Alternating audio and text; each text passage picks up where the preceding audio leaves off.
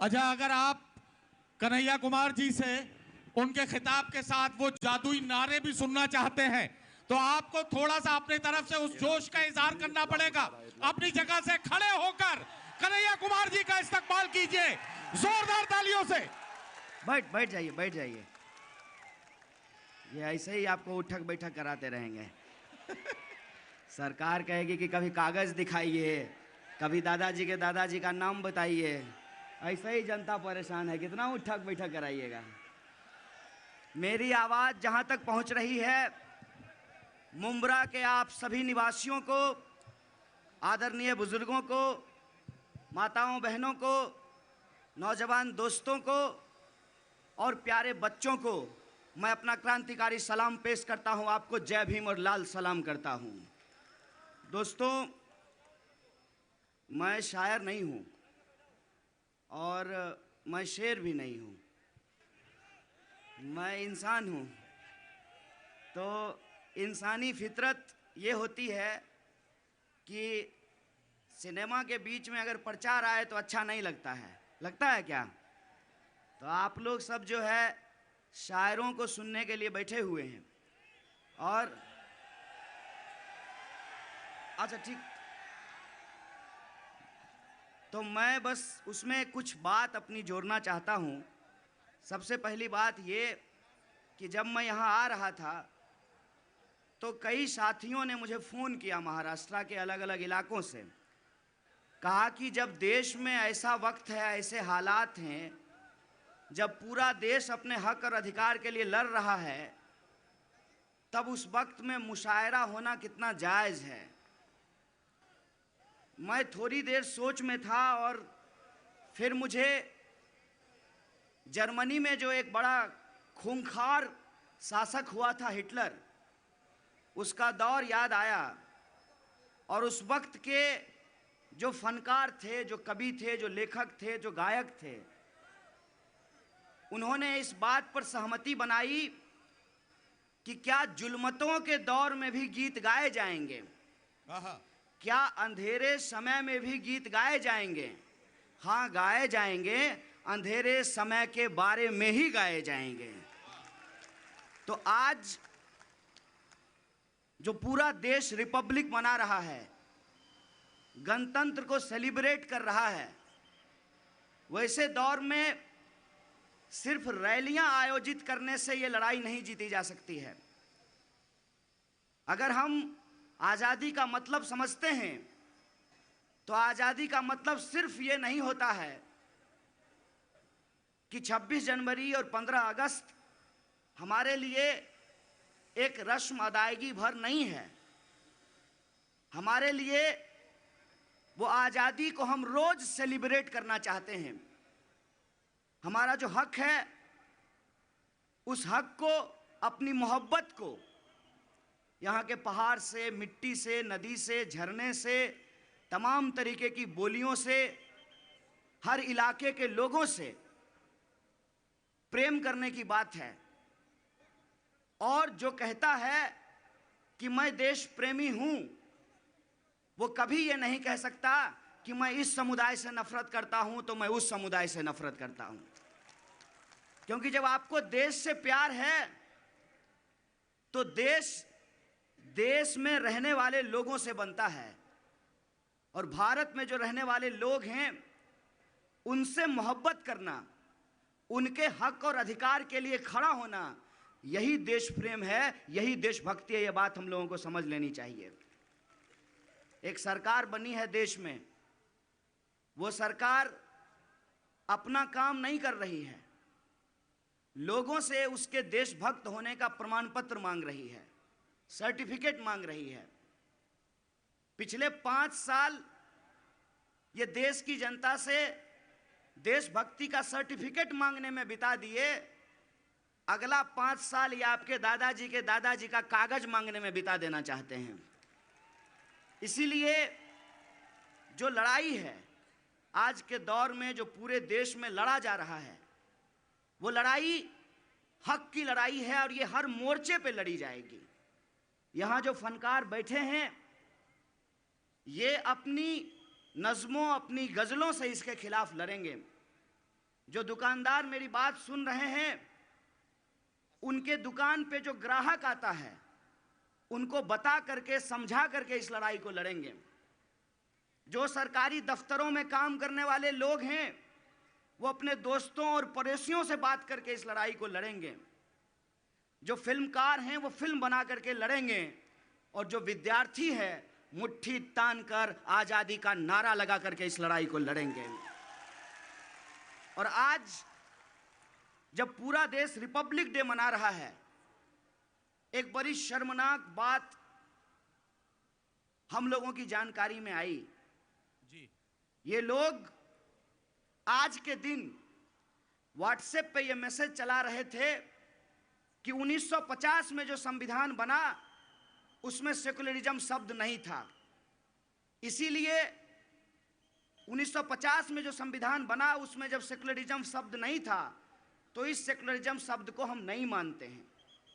कितना बड़ा नाटक है, इस नाटक को आप समझ लीजिए। बाहर से मेहमान बुलवाकर, दुनिया भर का कैमरा लगवाकर देश के मंत्री और प्रधानमंत्री फोटो खिंचवा रहे हैं, दुनिया को बता रहे हैं कि हम रिपब्लिक को सेलिब्रेट कर रहे हैं। उसी वक्त जो आईटी सेल है वो लोगों के दिमाग में ये डाल रहा है कि सेकुलरिज्म संविधान के में बाद में जोड़ा गया है। मैं इस पर कमेंट करने से पहले बस आपको एक चीज याद दिला देना चाहता हूं। 2 अक्टूबर को जब गांधी जी की जयंती होती है तो उस वक्त ये लोग व्हाट्सएप पे चलाते हैं गोडसे को जिंदाबाद। ये जो मानसिकता है, ये पूरी की पूरी लड़ाई उस मानसिकता के खिलाफ है। इस बात को आप अपने दिमाग में डाल लीजिए। और ये जो मानसिकता है, उस मानसिकता का ही नतीजा है कि देश के एक चुने हुए मुख्यमंत्री कहते हैं कि हम बदला लेंगे। बताइए, कोई मुख्यमंत्री ये कहेगा कि हम बदला लेंगे? अगर आप बदला लेने के लिए सरकार में आए हैं, इसका मतलब आपका बदलाव का नारा झूठा था, झूठा था, ढोंग था वो। इसीलिए हम जो बदलाव चाहने वाले लोग हैं, इस बदला की मानसिकता से कैसे लड़ेंगे? हमको यह समझना पड़ेगा कि बाबर के बारे में जो गलत जानकारी व्हाट्सएप पे फैलाई जाती है, या नेहरू के बारे में जो गलत जानकारी व्हाट्सएप पे फैलाई जाती है, उसका उद्देश्य क्या है? उसका उद्देश्य यह है कि ना सिर्फ जुम्मन का बल्कि मोहन का भी घर हड़प लिया जाए और देश की जनता आपस में हिंदू मुसलमान करती रह जाए। एक बात सोच के बताइए कि जर्मनी में जब हिटलर आया था तो उसको यहूदियों पे कब्जा करना था कि जर्मनी पे कब्जा करना था? आज हिंदुओं के मन में यह बात डाली जा रही है। मेरा नाम कन्हैया है। हमारे यहाँ जो फैमिली ग्रुप व्हाट्सएप चलता है ना, उसमें कैसे कैसे मैसेज आते हैं वो हम जानते हैं। आज जो ये समझाया जा रहा है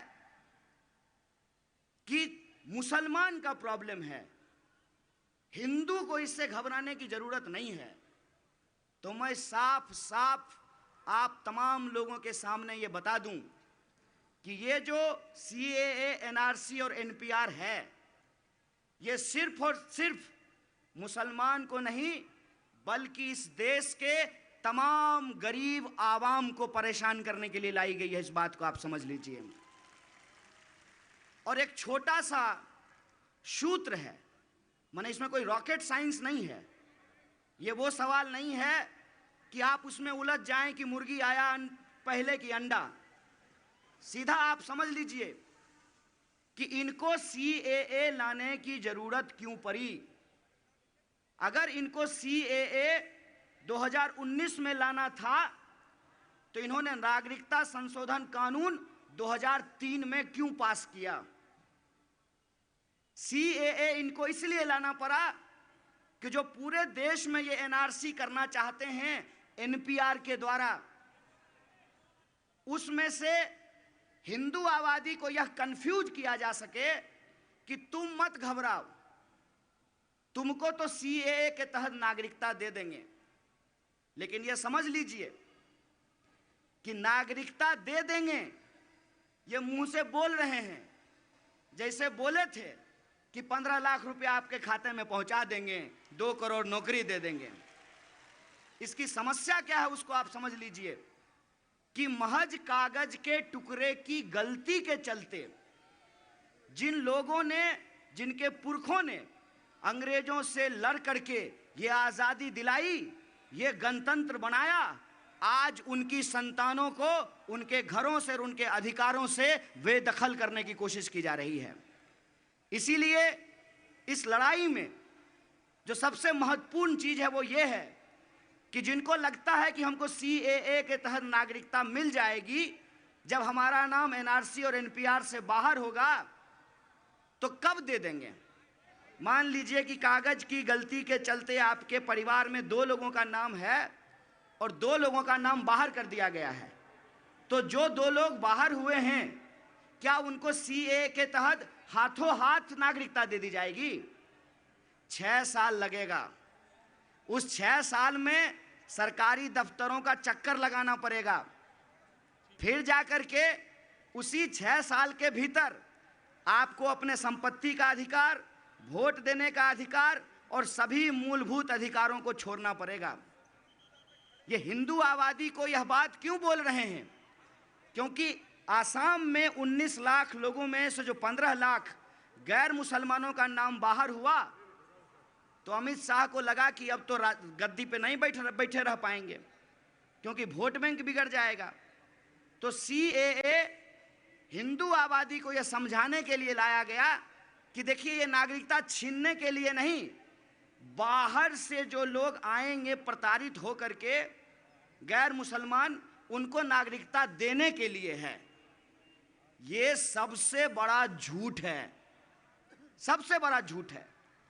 असली मंशा ये है कि अप्रैल से पूरे देश में एनपीआर होगा, और एनपीआर में क्या होगा? सरकारी बाबू आपके घर में आएंगे, आपसे कुछ सवाल पूछेंगे, मसलन ये कि आपके गार्जियन, आपके माँ बाप कहाँ पैदा हुए, किस जगह पे पैदा हुए और कब पैदा हुए। हम ऐसे देश में रहते हैं जहां लड़के को ही नहीं पता है कि उसका असली बर्थ डेट क्या है, भला वो अपने बाप का असली बर्थ डेट कैसे बताएगा? अगर बाप से पूछ भी लिया तो बाप उसको क्या जवाब देगा? अरे बाबू, उस साल बहुत बारिश हुआ था, उसी साल पैदा हुए थे। बताइए आप कौन कागज दिखाएंगे? कागज की स्थिति क्या है? एक वोटर कार्ड का आप उदाहरण ले लीजिए।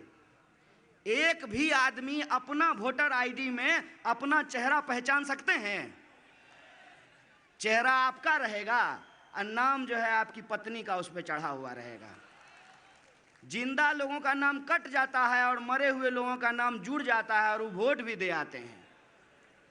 योगी जी के राज्य में एक मरे हुए व्यक्ति पे मुकदमा कर दिया गया। ये सब कुछ हो रहा है। रोज जो है आ करके टीवी में बैठ करके इस पूरे आंदोलन को तरह तरह से बदनाम किया जा रहा है। अभी कुछ दिन पहले बोला गया कि शाहीन बाग में लोग पैसा लेकर के आए हैं। हाँ, तो जो लोग पैसा दे करके अपनी रैली में मोदी मोदी करने के लिए भीड़ बुलाते हैं, वो तो यही सोचेंगे। जिसकी जैसी भावना रहेगी उसको वही दिखेगा। उसके बाद क्या बोले कि नहीं नहीं, देखिए दिल्ली की जनता को बड़ी परेशानी हो रही है। जो माएँ अपने बच्चों को अपनी छाती से लगाकर, यहाँ तो ठंडा नहीं है, दिल्ली में बड़ी जबरदस्त सर्दी है, वहाँ बैठती हैं रात को, क्या उनको परेशानी नहीं हो रही है? बड़ा शौक चढ़ा है उनको रोड पे आकर के प्रोटेस्ट करने का। वो क्यों प्रोटेस्ट कर रही हैं? वो सिर्फ अपने हक के लिए नहीं, आज जिस रिपब्लिक को हमने सेलिब्रेट किया है उस जन गण मन और उस गणतंत्र को बचाने की लड़ाई लड़ी जा रही है। ये जो हमारा आजादी का अधिकार है, जो आजादी हमको 1947 में मिली, जो संविधान हमको 1950 में मिला, जिस संविधान ने हमको हम भारत के लोग बनाया, ये जो हम भारत के लोग हैं उनके ऊपर हमला हो रहा है। गणतंत्र को आज के डेट में लाठी तंत्र बनाने की कोशिश की जा रही है। इसीलिए आप तमाम लोगों को भी अगर मन में दिल के किसी कोने में थोड़ी सी भी खौफ है तो उसको निकालिए और कहिए कि दम है कितना दमन में तेरे, देख लिया है देखेंगे, जगह है कितनी जेल में तेरे, देख लिया है देखेंगे। वाह वाह वाह। किसी भी सूरत में वाह इस लोकतंत्र को, इस गणतंत्र को हम लाठी तंत्र नहीं बनाने देंगे। वाह। और इस देश का जो संविधान है जो कहता है कि किसी भी इंसान के साथ कोई भेदभाव नहीं होगा तो नहीं होगा। आज वो जो एक गायक है हमको भी लिफ्ट करा दे, हाँ, और फिर अब लिफ्ट कराते कराते जो है आज जो है वो पद्मश्री लिफ्ट किए हैं। क्या है मामला? जो मुसलमान इस देश को छोड़ करके पाकिस्तान को चुन लिए, वहां के एक आदमी को आप नागरिकता भी दे रहे हैं और पद्मश्री भी दे रहे हैं। और जिन मुसलमानों ने 47 में पाकिस्तान को छोड़कर हिंदुस्तान को चुना, आज उनसे आप उनके बाप दादों का कागज मांग रहे हैं। कागज दिखाने में कोई समस्या नहीं है, लेकिन कागज जो तुम मांग रहे हो वो गलत कागज मांग रहे हो।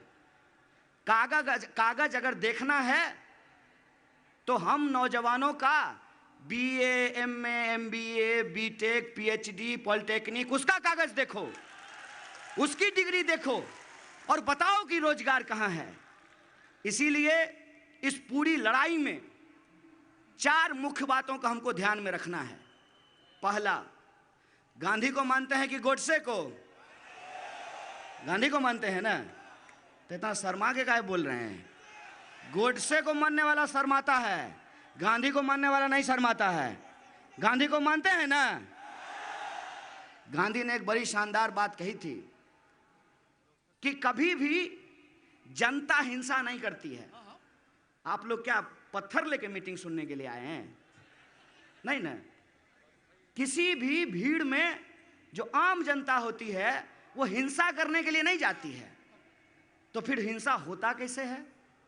उसी साइंस से, जिस साइंस से दंगा होता नहीं है कड़वाया जाता है, उसी साइंस से हिंसा होती नहीं है कड़वाई जाती है।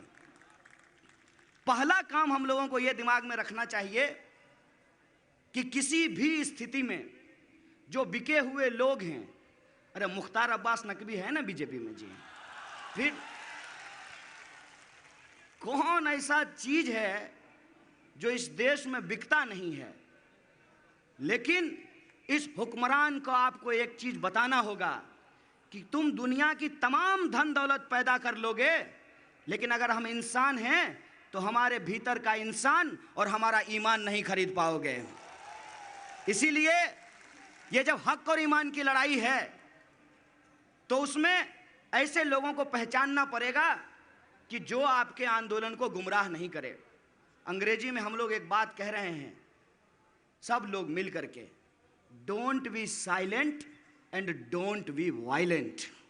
वाह, आज के दौर में चुप रहना गुनाह है। सच्ची बात। जो कर सकते हैं आप, अगर आप फिल्म बना सकते हैं फिल्म बनाइए। अगर सब्जी बेचते हैं तो किसी पढ़े लिखे को बोलिए कि हमको 100 पर्चा दे दो छाप करके। जो सब्जी लेने के लिए आएगा उसको मिर्च के साथ ये पर्चा भी पकड़ाया करेंगे।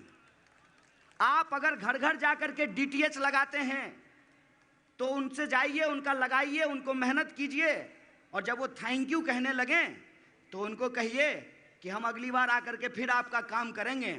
बस ये जो हम संविधान बचाने की और अपने हक की लड़ाई लड़ रहे हैं उसमें हमारा साथ दीजिए।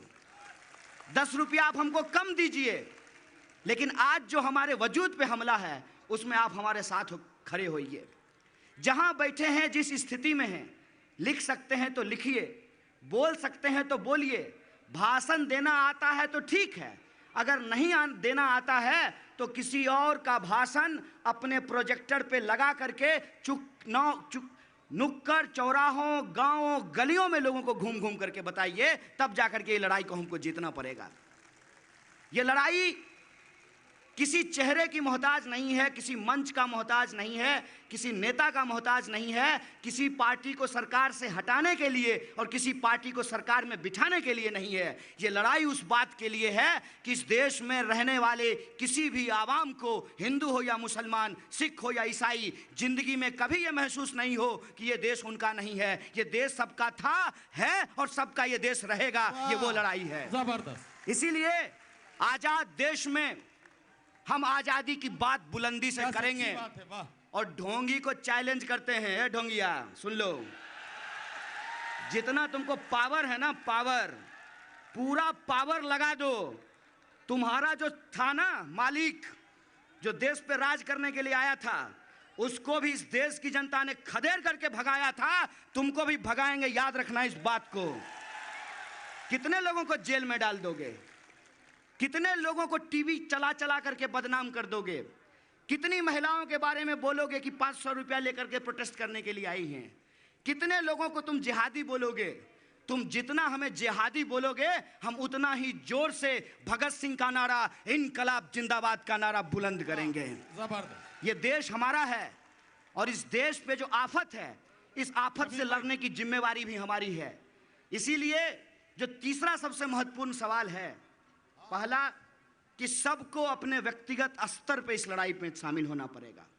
दूसरा, किसी भी स्थिति में हमको हिंसा का सहारा न लेना है, न किसी को लेने देना है। और तीसरी बात कि ये लड़ाई अभी बड़े बड़े जलसों के रूप में देखा जा रहा है। पूरे देश में माएं बहनें बैठी हुई हैं, उस रूप में देखा जा रहा है। मैं कहता हूं कि इसके अगले स्तर पर पहुंचने की तैयारी होनी चाहिए। और अगला स्तर क्या है? आप गांधी जी के आंदोलन को उठा करके देखिए। वो किसानों का आंदोलन शुरू किए, खिलाफत आंदोलन में हिस्सा लिए, सरकार के साथ असहयोग किए, और फिर भी सरकार जब नहीं मानी तो कानून को मानने से इनकार किया, नमक बनाया, दांडी यात्रा की। उसी तरीके से हम लोगों को भी यह तय करना पड़ेगा, या तो सरकार एनपीआर, एनआरसी और सीएए को वापस ले। अगर सरकार एनपीआर, एनआरसी और सीएए को वापस नहीं लेती है तो अपने मोहल्लों के बाहर लिखिए कि इस मोहल्ले में संविधान को और आईन को मानने वाले लोग हैं, इसलिए काले कानून को नहीं मानते हैं, नहीं मानते हैं। हर हाल में हमको इस लड़ाई को जीतना पड़ेगा। अपने घर के बाहर लिखिए कि ओ एनपीआर कल आना, साथ में 15 लाख लेकर के आना, वरना वापस नहीं आना। और मैं आपको बता देता हूं कि ये जो डर पैदा करने की कोशिश कर रहे हैं ना, कहते हैं चोर बोला जोर से, एक बिहार में कहावत है, चोर जोर से बोलता है। चिल्ला चिल्ला करके जो देश के गृह मंत्री भाषण दे रहे हैं, वो देश को इस बात में उलझा करके रखना चाहते हैं कि गंगाधर शक्तिमान है कि नहीं है, एनपीआर, एनआरसी है कि नहीं है।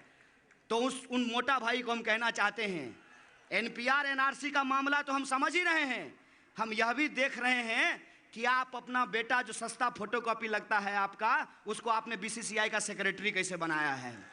हम ये भी देख रहे हैं कि आप राष्ट्रवाद का नारा देते हैं और बीएसएनएल को बेचने की तैयारी कर रहे हैं। हम यह भी देख रहे हैं कि आप विकास का जुमला उछालते हैं और इस देश की रेलवे को बेचने की तैयारी कर रहे हैं। हम ये भी देख रहे हैं कि देश में बेकारी आज के डेट में 45 सालों में सबसे ज़्यादा है। किसानों की आत्महत्या सबसे ज़्यादा हो रही है, महिलाओं पे अत्याचार सबसे ज़्यादा हो रहा है। ये सारी चीज़ें हम देख रहे हैं।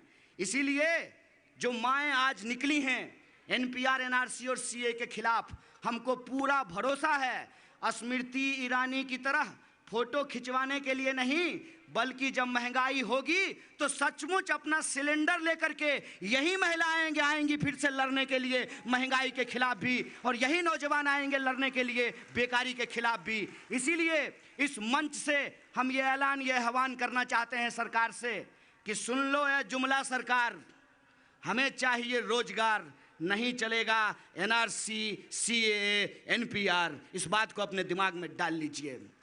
हमको सरकार के साथ आंख से आंख मिला करके और सरकार की चापलूसी करने वाले लोगों के मुंह पे जा करके ये कहना पड़ेगा कि बहुत हुआ सम्मान तुम्हारी ऐसी तैसी, गांधी अंबेडकर के देश में नहीं चलेगा एनआरसी। ये कहना पड़ेगा और तब जा करके हमको ये समझना होगा कि ये जो लड़ाई है इसको हर स्तर पर लड़ने की जरूरत है। अगर मुशायरा का मंच हो तब भी इस दौर की दास्तान लिखी जाएगी। जब जुल्म हो रहा है तो जुल्म के गीत गाए जाएंगे, जुल्म पर शेर पढ़े जाएंगे और लोगों को समाज की हकीकत बताई जाएगी।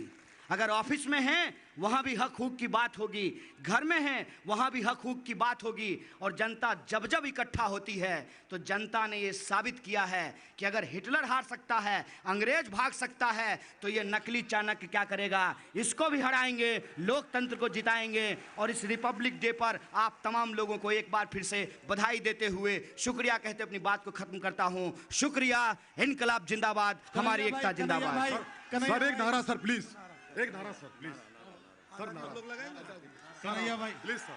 सर पब्लिक आप अगर ये वाला माइक लेना चाहें कन्हैया भाई तो ये ले लीजिए। सर सर भाई आइए। नारा सुनना है तो हम लोग आजाद खड़े होके, देश में खड़े होके। आजादी मांगते हैं। बोलिए आजादी पसंद है कि गुलामी, आजादी पसंद है कि चापलूसी। जिन जिन लोगों को देश में आजादी पसंद होगा वो आजादी की बात करेंगे, और जिनको लोगों के ऊपर गुलामी थोपना पसंद है वो गुलामी की बात करेंगे। बोलिए आपको गुलामी चाहिए कि आजादी? आजादी। तो बीजेपी वाला पूछता है किससे आजादी चाहिए, किससे आजादी चाहिए? इस देश में जो भी हमारी समस्याएं हैं उन तमाम समस्याओं से हमको आजादी चाहिए। और आज की समस्या क्या आई है? NRC, CA, NPR. एनपीआर। तो आप हमारे साथ अपनी आवाज को बुलंद करेंगे? करेंगे।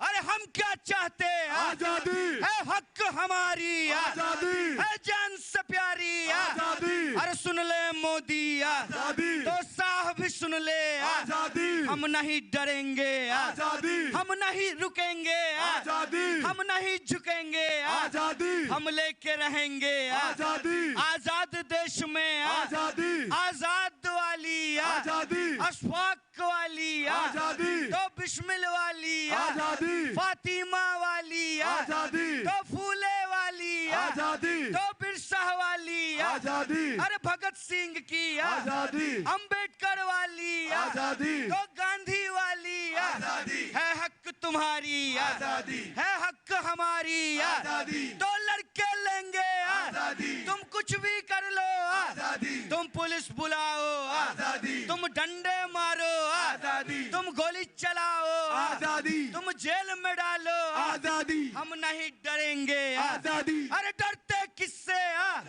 तो ऊंचा बोलो, महिलाएं मांगे, आजादी। तो पुरुष भी बोला, आजादी। अल्पसंख्यक बोला, आजादी। आदिवासी भी बोला, आजादी। अरे बोल दलिता, आजादी। अरे बोल मजूरा, आजादी। किसान भी बोला, आजादी। जवान भी बोला, है हक तुम्हारी, है हक हमारी, अरे गरीबी से, आजादी। तो भूखमरी से, आजादी। अरे जातिवाद से, आजादी। अरे पूंजीवाद से, आजादी। सामंतवाद से, आजादी। अरे सुन ले मोदी, आजादी। भागवत भी सुन ले, आजादी। अरे संघवाद से, आजादी। हम लेके रहेंगे आजादी। आईन वाली, आजादी। शाहीन वाली, आजादी। है हक तुम्हारी, आजादी। है हक हमारी, आजादी। आजाद देश में, आजादी। आजाद देश में, तो एनपीआर से, आजादी। तो एनआरसी से, आजादी। और सीएए से, आजादी। हम लेके रहेंगे। आजादी। तुम कुछ भी कर लो, आजादी। महिलाएं मांगे, आजादी। पितृ सत्ता से, आजादी। सुनसान सड़क पे आजादी। शादी करने की